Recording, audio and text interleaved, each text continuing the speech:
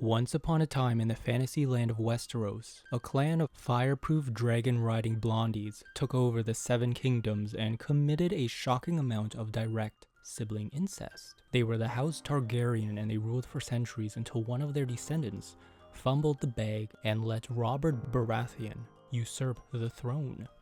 Then came the story of Game of Thrones, and we all know how that turned out. House of the Dragon turns back the clock to the weird old days of Targaryen rule, more specifically the period before and during a civil war called the Dance of the Dragons, or about 200 years before the Game of Thrones. Needless to say, there are a lot more Targaryens around in this time than there were during the Thrones, and remembering who's related to who is a lot harder in this show. Don't worry though, I got you. Not only do we have what the Targaryen family tree looked like at the start of season 1, but also we've got the update to keep things straight after the episode 6 time jump. Hello everyone and welcome back to another video. In this video I'll be untangling the Inbred Targaryen family tree from the House of Dragon, the prequel to the Game of Thrones. If you've seen the show before, these were the ancestors of Daenerys Targaryen. They seem to take Egyptian royal inbreeding to a whole other level, literally to the point of insanity.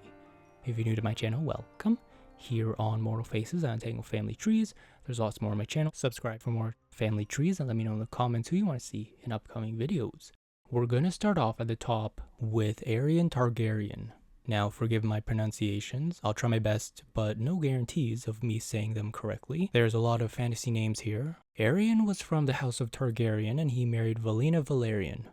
So there's two major royal houses, Targaryen and Velaryon. Before them was what we'll consider ancient history. Velaryons came first from Old Valyria in the east and settled in the west. Targaryens came after from Old Valyria too and settled beside them. So in both ancient and current history, they have always been closely related. Valyna was half Targaryen through her mother, but we don't know which Targaryen she married. However, this seems she is automatically a cousin to her husband. Aegon had another unknown wife and fathered Orys Baratheon, the founder of the House of Baratheon, and the Baratheons will get to see their names all throughout the series. This is how they're related. If there's one dead Targaryen the people on Game of Thrones mention most, besides the Mad King and Rhaegar, it's Aegon, the Conqueror. He founded the royal line by taking over the majority of the Seven Kingdoms and uniting them under his rule. Aegon also married both of his sisters, Rhaenys and Visenya, according to the extremely nasty family tradition of keeping their bloodline pure, a word which here means dragon riding and potentially insane, because dragon riding was hereditary. With Visenya they had Maegor, and with his other sister Rhaenys they had Aenys I. Aenys, the next king, married Alyssa Velaryon. She is related to Valyna, but we don't know how exactly. Anyways, she also had a brother Daemon, which we'll get to later. Aenys and Alyssa have 6 kids. But then he dies and she remarries to Rhaegar Baratheon. He is a grandson of Lord Orys Baratheon, the founder of the House of Baratheon, and uncle to her late husband. So with Rhaegar they have Jocelyn and Boromund.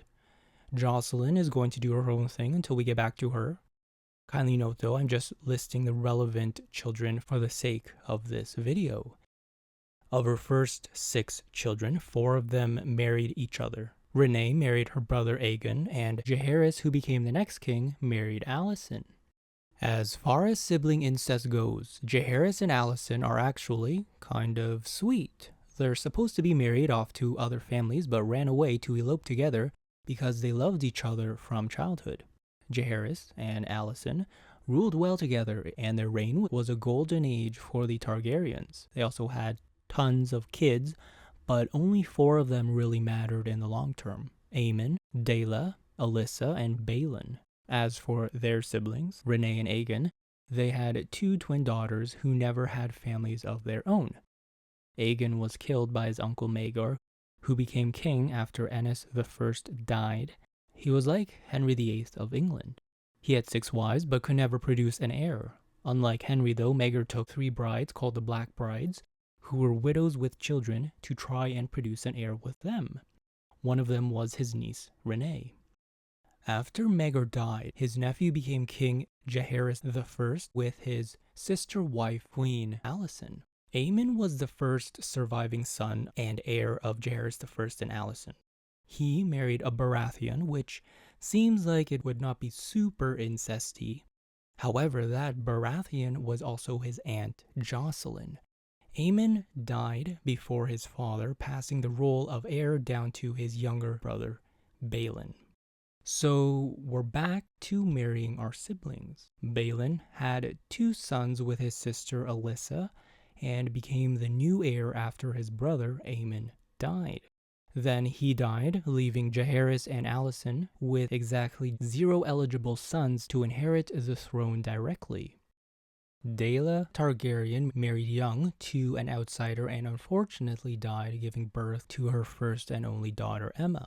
Then the last relevant cousin here is Rhaenys, the firstborn child of Aemon Targaryen and the eldest granddaughter of King Jaehaerys and Queen Alicent. She married Corlys the Sea Snake Valyrian, the grandson of Daemon Valyrian, who's the brother of Alyssa, the former queen.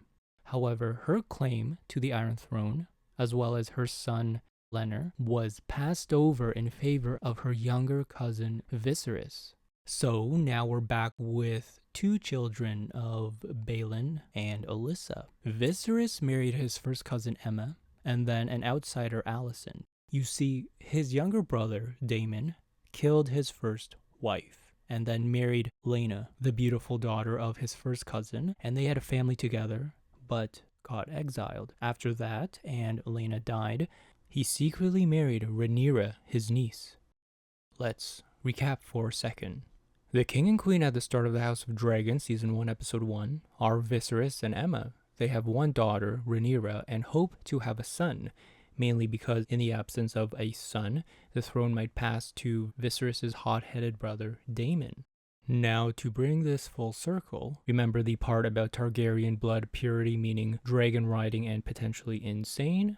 Well, that's Daemon to a T, and the T is for Targaryen. Of course, the moment everyone gets comfortable with how things work in the Red Keep, the House of Dragon throws a curveball and jumps ahead 10-ish years when Rhaenyra, Alicent, and Daemon all have children of their own. Just to make sure everyone's caught up on the new Targaryens, Valyrians, and other strong contenders for our attention, here's what the family tree looks like as of Episode 6 of the House of Dragon. King Viserys and Aemma were a lovely match up until the point he allowed his masters to perform a C-section without her consent. That was a scene to remember. The son was named Balon, but he died shortly after, so that whole ordeal went to waste. After that, Viserys named his daughter Rhaenyra his absolute heir, rather than pass the throne to Daemon. After the death of his beloved Queen Aemma, Viserys was pressured into taking another wife and chose Alicent Hightower, his daughter's best friend, and the daughter of his right-hand man, Otto Hightower. So nothing says friendship killer like your bestie marrying your dad, right? Even though Rhaenys' claim to the throne was passed over for her cousin Viserys, Cloris and Rhaenys have all the status without actually having to rule the kingdom. They're powerful, they're rich, and their kids have royal blood, making their bloodline ideal to marry back into the Targaryen family, which is exactly what they did.